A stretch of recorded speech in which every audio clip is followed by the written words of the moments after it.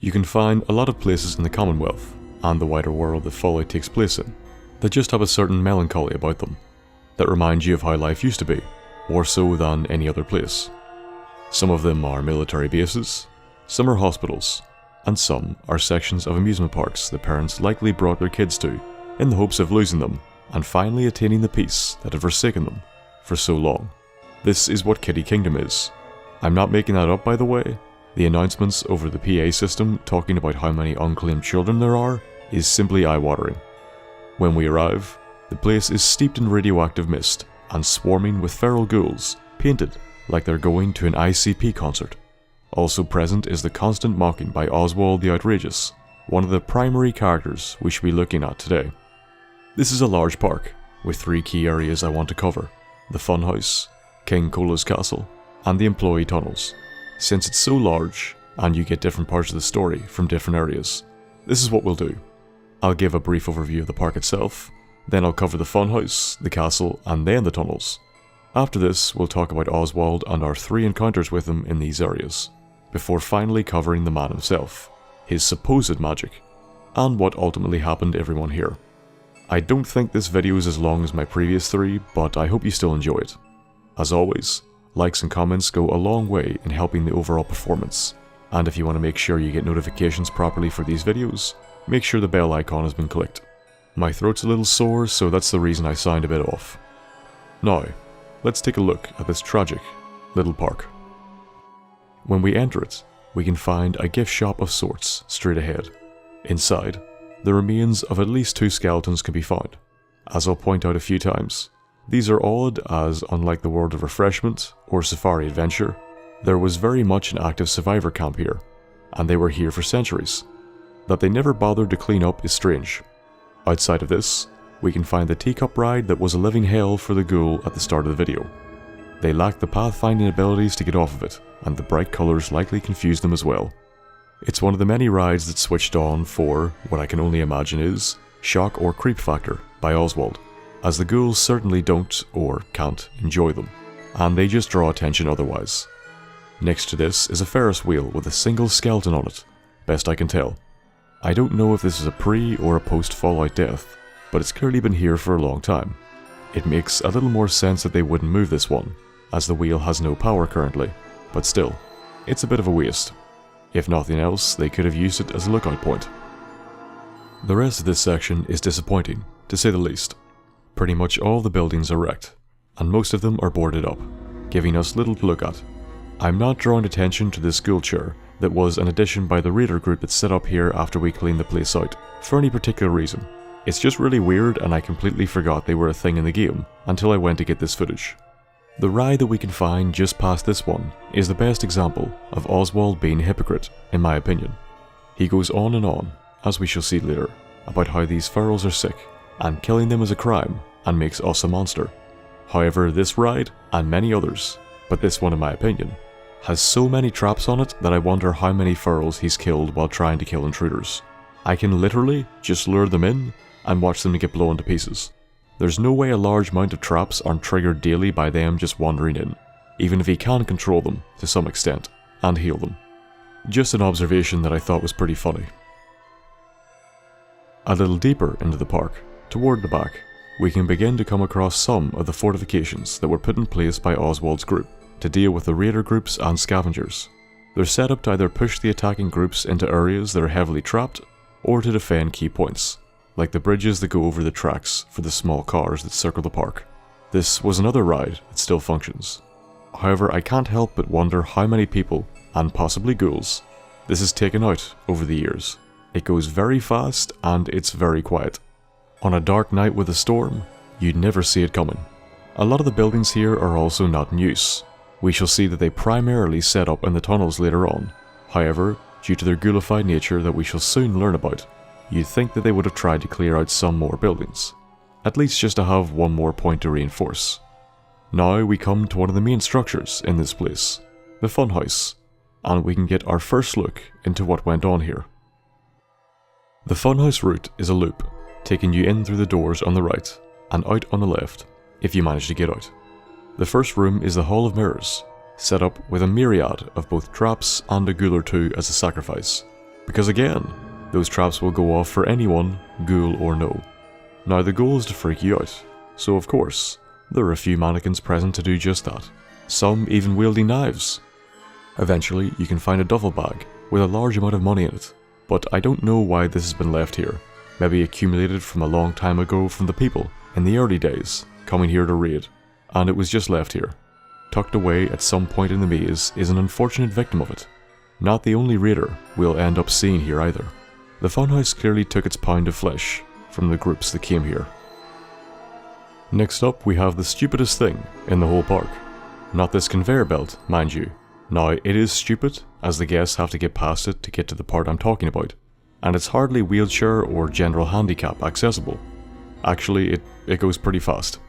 As I will talk about later, we can find Oswald here controlling the place, so it probably has different speeds and he just put it to the highest one.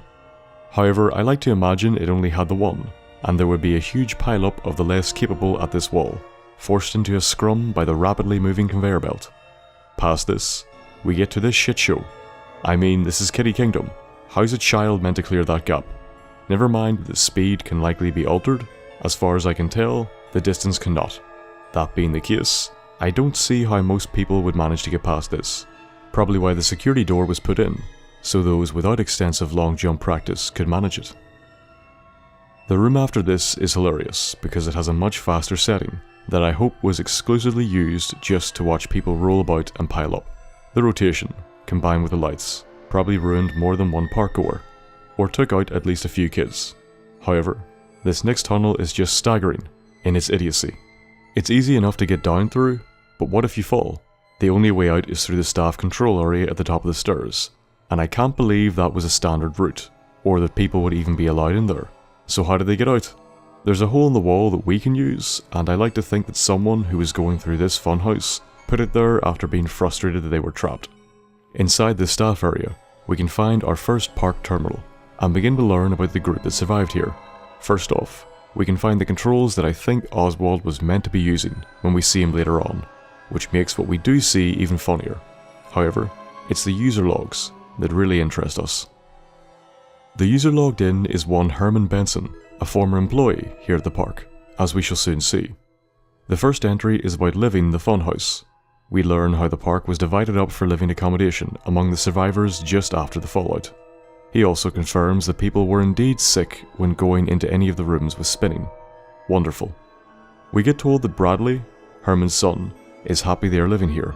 However, we can assume that this is at least over half a year since the fallout started, as he says his son would have graduated high school a month ago, which would usually be in June or July. It could have been longer, but it would have been odd if they had waited this long to divide up the living accommodation if that was the case, even if they were just trying to determine if it would be safe. The next entry takes a turn for the worst. It is titled Out in the Storm, and seems to take place quite a bit after the previous one. Bradley decided to go out into the radiation storm, with the intent to end it all, as he is tired of living like they are. He talks about the radiation killing him, and this is the first mention we get of how the people here have been affected by it. Herman says he is completely fine, and the storm even seems to have healed a pre-existing injury his son had. He says that some initial storm gave them some sort of mutation. From Bradley's actions, we can assume this mutation was the start of the ghoulification process, and he felt he just couldn't go through with it. If it has already led to noticeable changes to their bodies, then we can guesstimate it's been at least a year since this all started, maybe a bit less.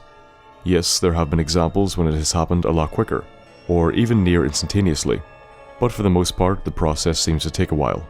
Being any more accurate at this point isn't possible, although later entries will tell us more. After this, things just keep getting worse. Bradley has left Herman, likely because he still feels that his life is over. Herman apparently snapped during a raider attack and bit one of the attackers, something he has no memory of at all. His appetite has also started to increase. This is interesting, as the diet of ghouls, feral or otherwise, is a bit of an inconsistency. I talk more about it in my ghoul feralisation video, but the lore isn't consistent about what they actually need to survive. We've seen examples of them eating food, and we've seen examples of them having nothing to eat for years and years. That he is still hungry even after eating suggests it is psychological, not physiological. The end of the entry shows him deteriorating even further. The last is a relatively recent one. Since they mention a new raider group, the one we end up dealing with, it's from within the last few years at least. Herman has changed, i.e. gone feral, and the last terminal entry may have actually been when he turned. That means it was a long time ago when he did, even longer from when Bradley left. We then get told of a woman called Rachel, and how she is looking for a cure for the Affliction, which is related to the process of ghoulification, or at least feralisation, as we shall soon see. Apparently most of what was set up in the Funhouse is a more recent addition, as they haven't been pushed this far back before. It seems the Funhouse was left pretty much unused during this time, as everybody else already had alternative accommodation, as Herman stated earlier, and given their decreased numbers, there wasn't a reason to change that. Alternatively, it could have been that there were too many bad memories associated with this place, so it was left until the need for it was grave enough. The rest of the room just leads to an employee exit that avoids the rest of the Funhouse, so for now, we should go back to the spinning tunnel and into the next part of the building. At the other side of this tunnel, we come to a room that looks straight out of the Grantchester Mystery Mansion.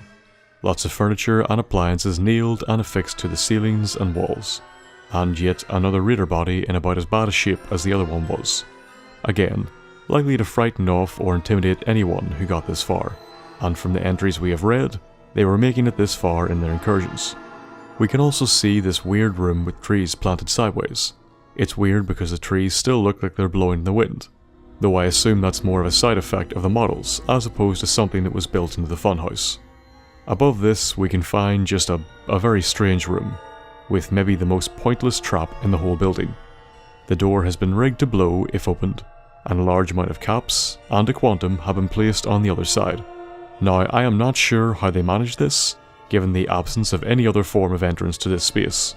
If it was all piled up, then I can maybe understand if they placed it all and closed the door quickly, but given the upright nature of the quantum and that it falls if the door is opened, I haven't the slightest clue. Also, no one was getting all the way up here without about 5 ladders or 3 giraffes. Then again, we've seen stranger. Through the door at the other end, we come to the end of the ride. Here, there's a spinning room that I recommend you disable from the terminal we were just at. Inside most of these doors is something of interest. In the first one, we can find one of the hidden copies. Next to this is a creepy mannequin family. The one in the crib seems strangely scaled down to me, unless I'm imagining it, and there's another one we shall see soon as well. I don't like it either way. Next to this is the exit, so let's keep going around the room. Next to the exit is a scene with a few teddies having dinner, and given the fish hasn't completely rotted, this must be a relatively recent setup. The next one of interest has a skeleton in it that, may or may not be real. This would be a really strange place to have a toilet, in my opinion, so I am going to assume this wasn't a functioning one, and this body was just posed here. The alternative is they died like this, and that's just sad. The room next to this reenacts a murder scene, or the mannequin actually did this, we just can't tell. I feel like the skeleton is strong evidence, however, that the other was staged as well, given its pose. It does beg the question though, what was in here when the bombs hit? The weird optical illusion hallway here has the other shrunken mannequin I was talking about. I can't recall if there's something we've seen a lot of though. The room beside this is a little stronger on the intimidation factor. It seems like whoever set this place up remembered that that was what it was meant to do in the first place. From the clothes though, these don't seem to be raiders, so that's not good. The last one here is just taking the piss at this point. Feels like they ran out of room and just used this one as storage for some of the skeletons they had lying around, as opposed to disposing of them or finding a more useful place to put them. Love what's happening on the table though, great stuff. After this, we can make our way out of this funhouse through one of the earlier doors, as there's nothing else to see here, apart from a brief Oswald encounter that we'll talk about later. Now given that the rest of the park is, as we've discussed, mostly either empty buildings or boarded up ones, we'll now take a look at the region surrounding King Cola's castle. As we progress up the stairs towards it, we can find an outhouse, or what appears to be one, to the left. 2 people look to have died here, and it's not a great way to go. If it was just a shed or something, that would be a little better though. We can find a broken apart skeleton just sitting on a bench in front of the bridge to the castle. Another one that looks staged, simply because there were way too many people here for this to have went that undisturbed for this length of time. Opposite it, we can find a very tall building that looks to have been either a gift shop or possibly a museum of sorts, Going off of the display cases. There are quite a few mannequins in here, including a posed one at the top, so this building does seem to have had some sort of use. We can also find another body, and this time it looks like someone who may have actually passed away here, as opposed to another posed one. Maybe someone who survived here for a time with the initial group, but then passed away before feralisation kicked in. Or, you know, the mannequin behind them killed them. I believe the top of this building probably saw some sort of use as a lookout point. It's one of the tallest structures in the kingdom, and it's easier to get up and down from than the Ferris wheel would be.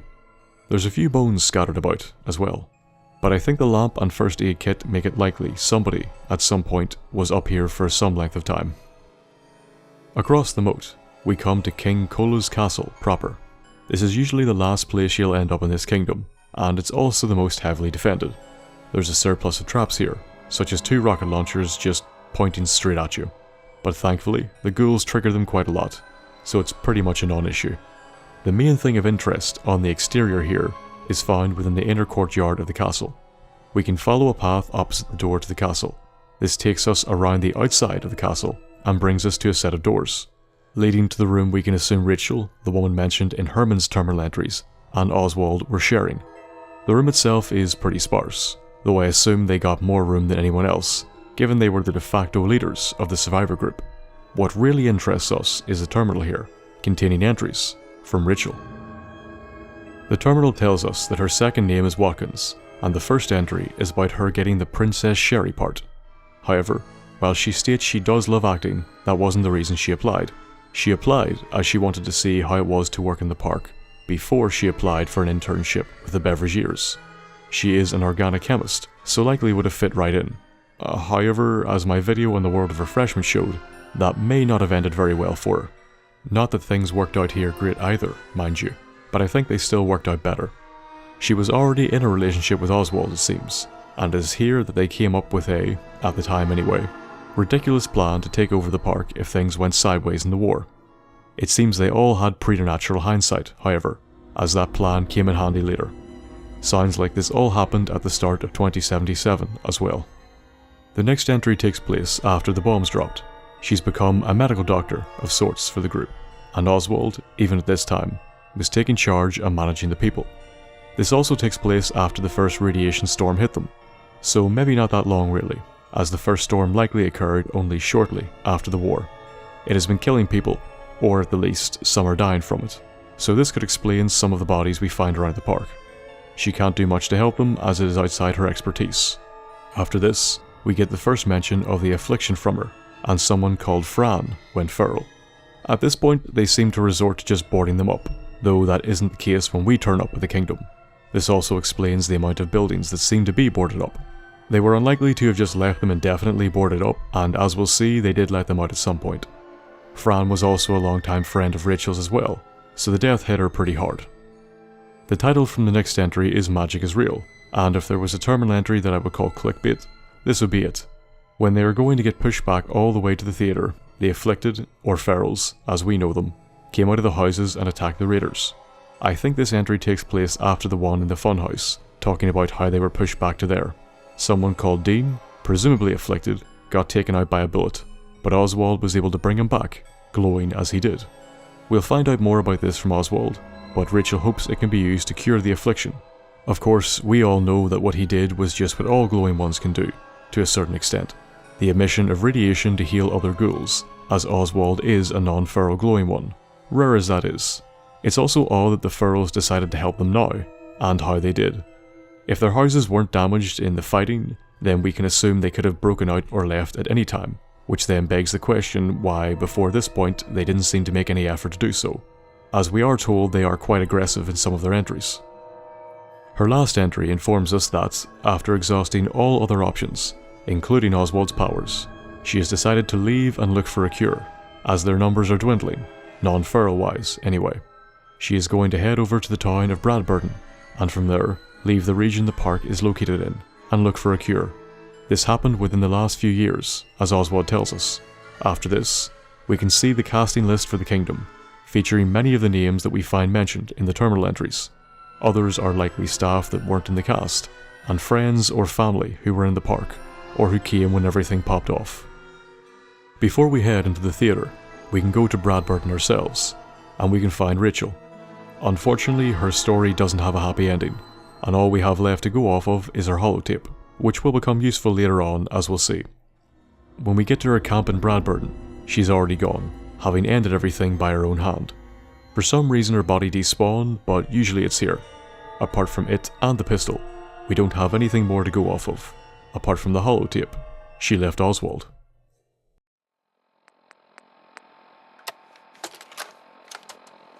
I think this is it. I can't go any further. I can feel it taking me.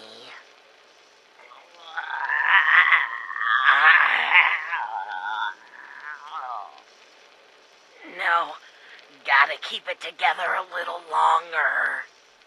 Oswald, I'm sorry. I've looked everywhere I could think, but there's no cure. What towns and outposts I could find said that we ghouls just go feral eventually, and there's nothing to be done. Maybe it was the misters. Held out. As long as I can. I know this isn't what you'd want, but I can't stand the thought of mindlessly attacking everyone around me. So I've decided to end it on my own terms. I don't know why it hasn't affected you the same, but if you still held it together, I want you to move on. Leave Nuka World. You can still make a life out there. It's not all as bad as we thought. I love you, Oz. She tells us that the feralisation process has already started to take her over. Despite her long journey, she has found no evidence of a cure, with everyone telling her it's just something that eventually happens to ghouls. Though, as I will point out later, she thinks the misters may have made it worse, and honestly I'm inclined to agree with her, or at least take it under consideration. So, instead of letting herself go feral, she decides to end it all, and tells Oswald that he needs to move on and leave the park. As she points out, he can still make a life for himself, as civilization still exists. To a certain extent. It's interesting that we get to see the process start to take her over, as it isn't really something we're exposed to very often. She may only really be aware of it as she knows what's going to happen, while in Herman's case, he was ignorant of the change he was undergoing. Regardless, this was the last chance the remains of the group in the park had for a cure. Knowing this will help us later when we deal with Oswald. The last part of the castle to consider is the theatre, which is where Rachel, Oswald and many of the other staff regularly worked in the performance here. It's also where we get the main demonstration of the magic Oswald supposedly wielded. We'll take a look at that confrontation in a minute. For now, we have somewhere more important to look at, the toilets. Some poor bastard seems to have died right outside of them, and honestly the inside isn't much better. In the men's, there's the skeletons of two men, one just dead by the urinals, the other in a position that suggests a tactical chunder after a night of heavy drinking. Or just too much shit park food. Or he was using that cup to drink his own piss. Whatever the answer, not the most graceful way to go. The women's toilets, however, it's a little darker. First, note the two prams. Unless they were decoys, both these women had kids with them. The one on the left has a lot of money. The one on the right has a lot of medics. Honestly, to me, it looks like this was a bathroom stall deal, and they seem to have died in the process of conducting it, sadly. That they had kids with them makes it a lot worse. Again, weird no one moved the bodies after all this time. But sure, there you go. Inside the main theatre, we can see that it was set up for what was, according to the game, the most popular attraction in Kiddie Kingdom, Oswald the Outrageous' show, featuring the cast that we can find on Rachel's terminal. The stage isn't really that great, though it's probably seen better days given it's been 2 centuries. The dressing rooms have a few amusing things in them, and by that, I mean a lot of posed teddy bears. I don't think, or at least I really hope it wasn't the case, that these were stand-ins for children. Someone just had a sense of humour and or was slowly going mad. Probably Oswald if we're being honest with ourselves. The amount of mattresses suggests this was one of the areas that were set up for the survivors. However, it's unlikely they were used recently, as Oswald is the only non-feral that we find when we arrive at the park. Up the stairs, we can find a large amount of skulls in a box. I think that means that some of the skeletons likely were staged, and may not have even been real in the first place. Alternatively, it's a set of trophies, and they're all real. I don't know which is worse.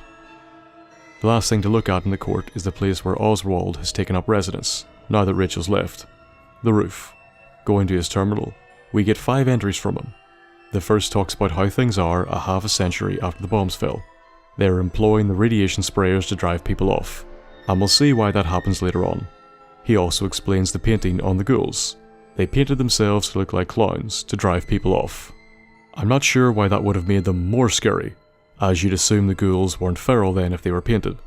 They seem to be doing great besides this, having more than enough supplies, and they're coping with the mutation, which seems to have finished by this point, and as we'll see later, it finished quite a while ago. Note the absence of the Affliction, so no one has went feral at this point.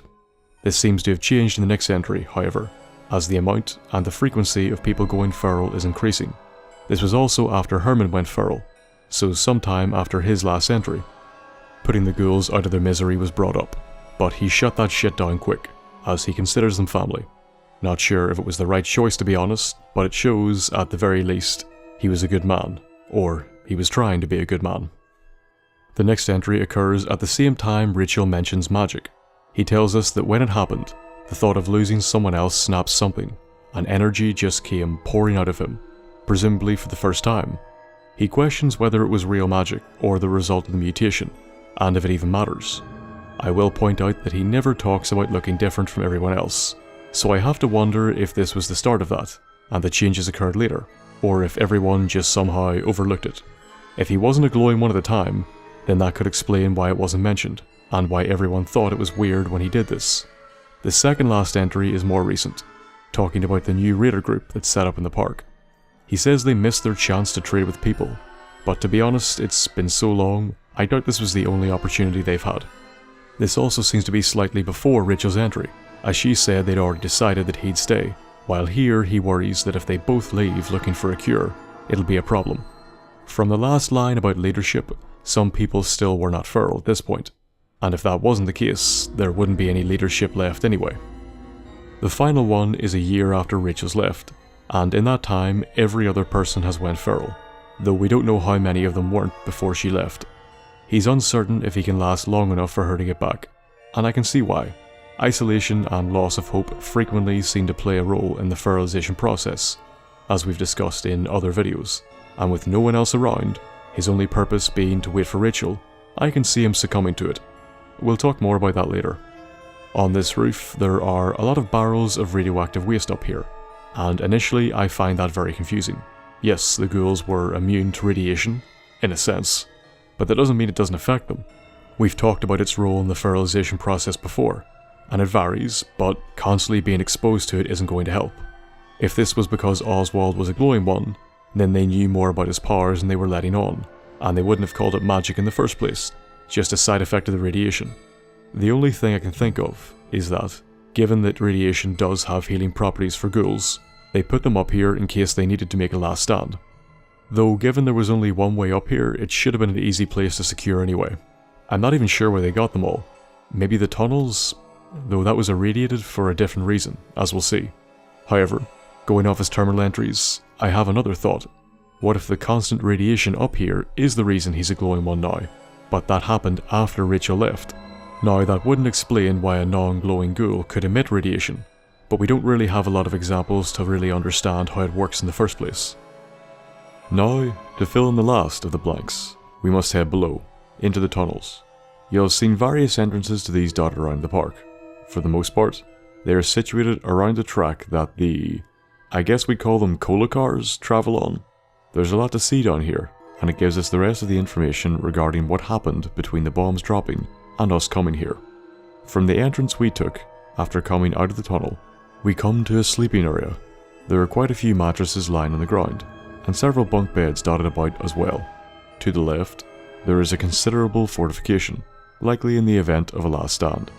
However, it's strange that there are none facing the way we came, as that would let us bypass pretty much everything. There's also one of the 2 terminals found down here, which we can take a look at to get more information about the survivors. The user is Dean Morris, the man Oswald brought back with his so-called magic when he tried to help the survivors fight the raiders as a feral. The first entry is just after the bombs dropped. It seems they stuck to the plan they drunkenly worked out at the celebration for Rachel getting her job. Some of the survivors were park visitors, but the rest were staff. They apparently made a proper go of their plan, stocking up on essentials ever since Rachel started working there. How this went unnoticed by anyone else in the park, I'm not sure. Someone called Mitchell dropped the ball on the weapons, but other than that, all of it worked out. The second entry shows that Mitchell survived. It's also one of the strongest accounts I'm aware of, at least in Fallout 4, that people were able to survive and go outside, even directly after the bombs hit. Presumably Mitchell was caught out and had no direct plan, save for getting to the tunnels. So he somehow managed it. A few of the areas we looked at years ago had similar accounts, but this is the first we've come across in a while. He seems to have gathered all the rest of what they need, and he definitely seems to have killed some people to do it. It seems he may have survived due to his survivalist tendencies. They blew the service tunnels, which we shall see soon, to prevent any further entry. The third entry is where the ghoulification process started. They got hit by a storm when they were barricading the gates. Now, it's not like the ones we've seen, as this one was able to suck people up into the sky. They were clearly a lot stronger back then. It was also apparently safe enough to go outside at this point, so either the radiation was low or they had a lot of rad-X and ran away. This seems to have made everybody sick and even killed a few of the people. After that, it begins to change everyone. This shows the change does seem to come on quickly in some cases, or at least begin, though we don't know and can't say just yet if it was uniform for everybody, or how long it took, though a later entry will tell us that. The next entry is a century after. Mitchell was the first to go feral, maybe because he was outside initially, and then Herman. They do seem to get violent around the other ghouls, and they've tried every possible treatment, and it's just not working. We'll see later that they don't act aggressive towards Oswald, but that is likely for a different reason. So that initial radiation storm seems to have kicked off the changes in their bodies, and I don't imagine any initial exposure helped. The timeline is fuzzy at best, what with examples of people changing very quickly, but I'm sticking to half a year to maybe a few at a push. The amount of radiation you get exposed to after probably plays a role in how quickly your body decides it needs to adapt, which may explain why Mitchell turned first. But after they all became ghouls, it was pretty much a ticking clock for when it would happen. We can see the collapsed parts of the tunnels that they seem to have blown up to protect themselves, as well as the remains of their base. Further in, some plants and crops can be found down here, though I assume this was a larger undertaking at some point, and the decreased population over the years resulted in it getting scaled back. We can also find other bodies down here. Again, like with the surface of the park, I don't really understand it. These ones even more so. I mean, there was just one sitting by the food they grow. Yes, it could have been someone who ghoulified and then died, but they would have been up top if they had went feral. If they weren't feral, how did they die, and why did Oswald, who was the last non-feral, just leave them here? That being said, I don't see how this could be anybody else apart from a survivor. No one else should have been down here to die post-war, and if they were, why did no one find their bodies? And why were they left here? They could be survivors who did it to themselves after everyone started losing hope, I suppose, but it's still unbelievable that they were just left here, if that was the case. At the other side of the fortifications, we can come to what may have been the secondary source of radiation that hastened either the ghoulification process or the feralisation one, if the degree of radiation does play a role in the acceleration of feralisation. This area is also very close to another one we recently covered, and I'm sure you can all guess what it was. We can climb over all this radioactive water to find a room with two things: the last terminal we need, and the paint that I think was used on the ghouls. Bit weird if this was the room they painted themselves in, as someone was sleeping here, but whatever. The terminal, like a few of them, has controls to the mist sprayers around the park, which we are going to get to very soon. The entries belong to Fran Fowler, the woman that grew up with Rachel. The first entry covers the first raider attack a few weeks after the bombs hit. Fran, understandably as far as I'm concerned, froze up, and her boyfriend Evan almost got killed until Mitchell intervened. He reacted to this by turning around and blaming the whole thing on her, the wee shit. Like learning how to take a life is something you'll just pick up immediately. I find it a bit weird the clerk was still wearing clothes that could identify them as such weeks after the bombs fell.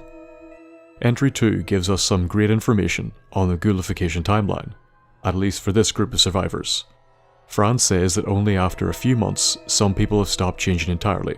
For her, the process still seems to be ongoing, though her skin and hair are already being heavily affected. Now Evan is further along, and Fran just can't stand the sight of him. He has acted like a bit of an ass, but honestly I find this pretty harsh, considering they're all in the same boat and will look the same pretty soon. The third entry seems to indicate that the radioactivity of the water didn't play a role in their initial ghoulification, as the alarms indicating this occurred after everyone already started changing. This was caused, of course, because of the reactor in the secure beverageer lab that we took a look at in our World of Refreshment video. This could have been either because it was leaking, or because Benel unlocked or opened something when he was fleeing into the tunnels from wrecks in the lab. Or just because the design was awful, and putting the water the reactor sat in beside the water source for a park that would have a lot of kids in it was just a bad shout. Regardless, precisely 0 fucks were given by Fran, reasoning that if the storm hadn't killed him at this point, this wouldn't either, though as we discussed it may have played a role in the feralisation. The second last entry does show that this did have an upside, of sorts. They could use the irradiated water in the sprayers to drive off the raiders and mobs. Makes you think though, the water source for the Kingdom sprayers was near a nuclear reactor.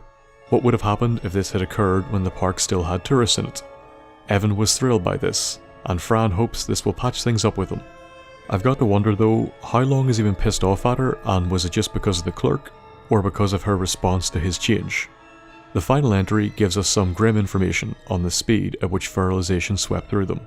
It occurs a month after Herman, who was the second to go, which makes sense given he didn't know what was happening in his terminal entries. Fran seems to be losing hope at this point, and getting very frustrated with it all.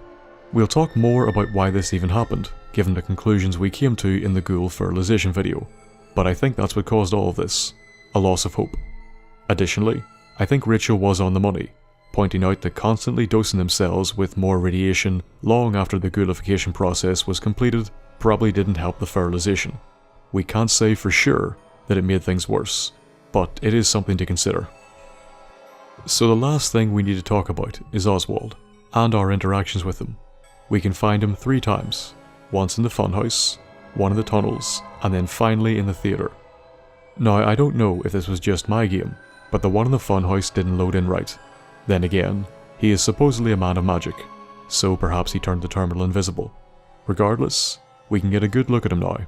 He is clearly a glowing one, going off of the, well, you know, glowing nature of his body. His suit is covered in quite a bit of paint, likely from painting all the ghouls to freak out raiders even more. Again though, seems unnecessary to me. In here, and throughout the park, he hurls a lot of abuse at you. I find it odd he doesn't come onto the front lines, given he can heal the other ghouls, but whatever. The next time you see him is in the tunnels, and we get this very odd encounter.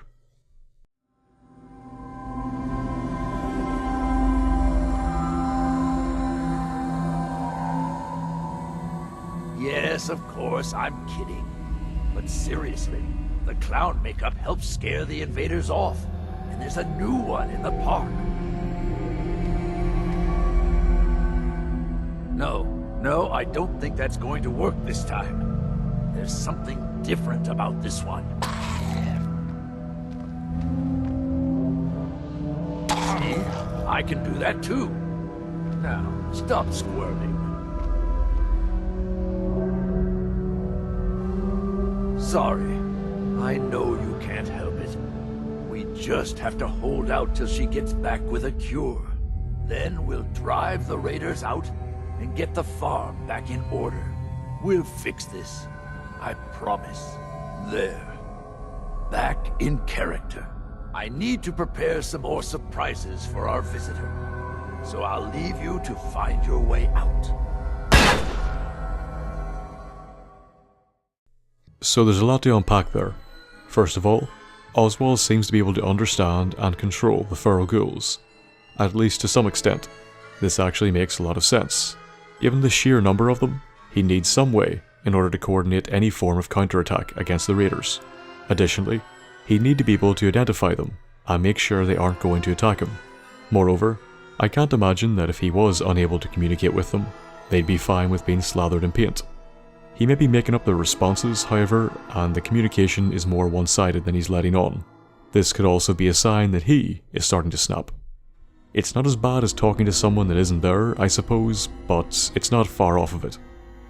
Now, the teleporting trick is something I've seen used to justify why it's real magic, and the one in this room in particular, given there's only one exit. So I'll address this now. He's using smoke and he's running away. Now obviously, because we can see the model despawn, it looks different. And I know I usually never use this as an explanation, but this is definitely just down to the developers. I expect this move was part of his act before the bombs fell. I've no idea why he did it in front of a ghoul that can't, appreciate it. Unless of course he knew we were watching. Now the last confrontation, before the roof anyway, comes inside the theatre, and it too comes with dialogue. And now, the show you've all been waiting for, Oswald the Outrageous! I'll admit, I didn't think you'd make it this far. I can tell you're different than the usual invaders, so I'll not bother with the usual tricks and illusions I use to scare off the superstitious. When the bombs fell, everything changed. We changed. And somehow, I received a gift. Actual magic. The stuff of legends. Perhaps you'd like to see some. Up. No matter what you do, I can heal my friends, and we will protect what is ours. So first off, he admits he uses tricks and illusions, so I am chalking the smoke bomb teleport up to that. The resurrection, or as he phrases it, healing, is a little different. We literally see him let out a pulse of green energy. It's also reinforced here that he definitely has some command or control over the ghouls, similar to the behaviour we see with other glowing ones, though that is more of a congregation around them than control, in my opinion. He also never really uses the magic as a weapon against us, so it may be that he doesn't know how, or doesn't think it can be used as such. Lastly, we can see him using stimpaks, so I don't think he can heal himself either. We have our final confrontation with him on the roof, after we go to all the places we can find him, and have the following conversation with him. Here is where having Rachel's holotape comes in handy. You raiders are all the same. You come into someone's home, steal their belongings, and kill those they care about. I'm not going to let you kill any more of my friends. This is our home, not yours. You realize your friends are feral ghouls, right? They're not feral. They're sick. They can't help what they've become. It's an illness, and it certainly doesn't justify you trying to wipe us out. What do you mean, it's an illness? It's an illness that affects the brain. We're going to find a cure, and we are going to drive you out of our home. We've defended this place for over 200 years. Do you think you're the first outsider I've met that's chosen to brand feral ghouls as monsters? How many of them have you needlessly slaughtered, while ignorantly thinking you're doing the world a favor? You've been here for 200 years? Why? We worked here as entertainers until the bombs fell. The radiation may have changed us, but we decided to make this place our home. Over time, the illness took the minds of my friends, and those that we love. I am going to find a cure, and fix my friends before someone like you comes along and exterminates us all. Ghouls like your friends. It's too late for them. The radiation changed them. Forever. So you're admitting my friends are sick, and yet you try to kill them anyway? I'd say that makes you the only monster around here. It's not a sickness. The radiation has consumed their minds. They've become feral. You're wrong. Rachel is going to find a way to cure them. We're going to fix this. My beloved left this place years ago to find a cure to this disease. In return, I swore that I'd keep our people safe by defending our home. When Rachel walks back through those gates with the cure in hand, then you'll see, everyone will see, that I was right. Yeah, but what if she never returns? How long are you gonna wait? I will stay here for as long as it takes. I've already watched 200 years pass. What makes you think I can't wait 200 more? Rachel's dead. Here. She left this for you. She's dead? No. No! My poor Rachel. How could I allow her to leave my side on such a difficult journey alone? This is all my fault. Well, that does it then. It's up to me to leave here and find the cure myself. I'll gather what remains of my friends, and will leave this place in your care. Don't worry about the radiation. It will no longer be a burden to you and your kind. Here, you should have this.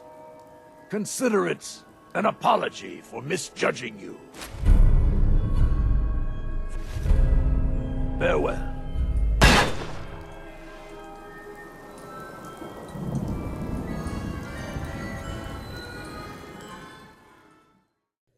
First thing is first. Oswald, my brother in Ogqualtoth. You killed many of your friends with all the mines and tripwires around the park, so careful with those stones in that glass house. He still maintains that they're sick, and thinks feral is a cruel term used to justify killing them. I would argue that the behaviour of trying to rip out your throat is what justifies the action of killing them. We even get told that they were violent initially, among even their own kind, and had to be locked up. I think his perspective is skewed, as the only people who have tried to kill his friends were raiders, trying to take their belongings and kill them anyway. He probably isn't aware, given he's been here for 2 centuries, just how violent and how prevalent feralisation is among the general ghoul population. In this instance, the ghouls aren't the aggressors, but they add him and the others that were not feral to contain them. This isn't the case in most instances. He finally says he'll leave once we give him Rachel's holotape, though even then, he maintains there's still a cure. I'm not sure how he'd even keep his group of remaining ghouls safe, given they'll no longer be in a fairly isolated and reinforced compound. I also find it very odd why there doesn't seem to be any contact or link between Dr. McDermott and these ghouls. As you'll remember from my Safari Adventure video, he was a geneticist working there, and he was also a ghoul. I don't know how much scavenging the ghouls did, but we know McDermott left the compound to get supplies. And what, at no point their paths crossed? Really? I mean, it wouldn't even be that unlikely that they knew each other, given they worked at the same park. Moreover, he was literally researching how to reverse ghoulification, which may be a lot more complicated of an undertaking than staving off feralisation. Just something I thought was a little odd, and would have been interesting to see. So, there you have it. The story of the survivors of Kiddie Kingdom. They survived the bombs dropping thanks to a plan by Rachel, Oswald and others. They managed to gather enough supplies over time to sustain themselves, and eventually barricaded the doors to the kingdom once things settled down. However, they got caught in a radiation storm when this happened, and began to ghoulify. It seemed to take around a few months to a year to finish for them, while feralisation, of which Mitchell was the first victim, seems to have occurred many years after. The only entry we get with an exact time is one that was a century after the bombs fell, and mentions Mitchell and Herman turning feral. No other mention is made, so I think it's fair to say it was a century at least before this happened, and as a result, all the other entries mentioning the afflicted occurred a similar amount of time after. At some point, Oswald gained the ability to emit energy or radiation to heal ghouls. He called it magic, though he admits, even if it has a scientific explanation, that he would still think of it as magic. However, this couldn't help anyone, and Rachel decided to leave to find a cure. We know this search was ultimately futile, as she ends it all herself when she couldn't find one, and felt her mind beginning to go. Oswald decided to take up her quest himself, but I think this is more so that he would have a purpose, or a goal. So the only question that remains is, why did everyone go feral? Well, like I said before, hope. The role of the mindset of an individual in the feralisation process, at least to me, is an important one. Again and again, we see isolated ghouls go feral. However, that wasn't the case here. But we also can't be sure that genetics don't play a role, as I discussed in my video on the matter. As a result, some people will go feral, though clearly even if they were predisposed, they still lasted a century with a community around them. I think, however, that this backfired, and seeing others go feral began to eat away at the other survivors, affecting their minds and mentality, making them more vulnerable to the whole process. Rachel and Oswald managed to last as long as they did due to their purpose, their goal, and even Rachel began to lose it when she lost hope. All that remained was Oswald thinking that she was going to return, but she isn't, and there doesn't seem to be a cure. Now that he has lost that, he may lose himself, slowly fading away until all that is left is a finely dressed, feral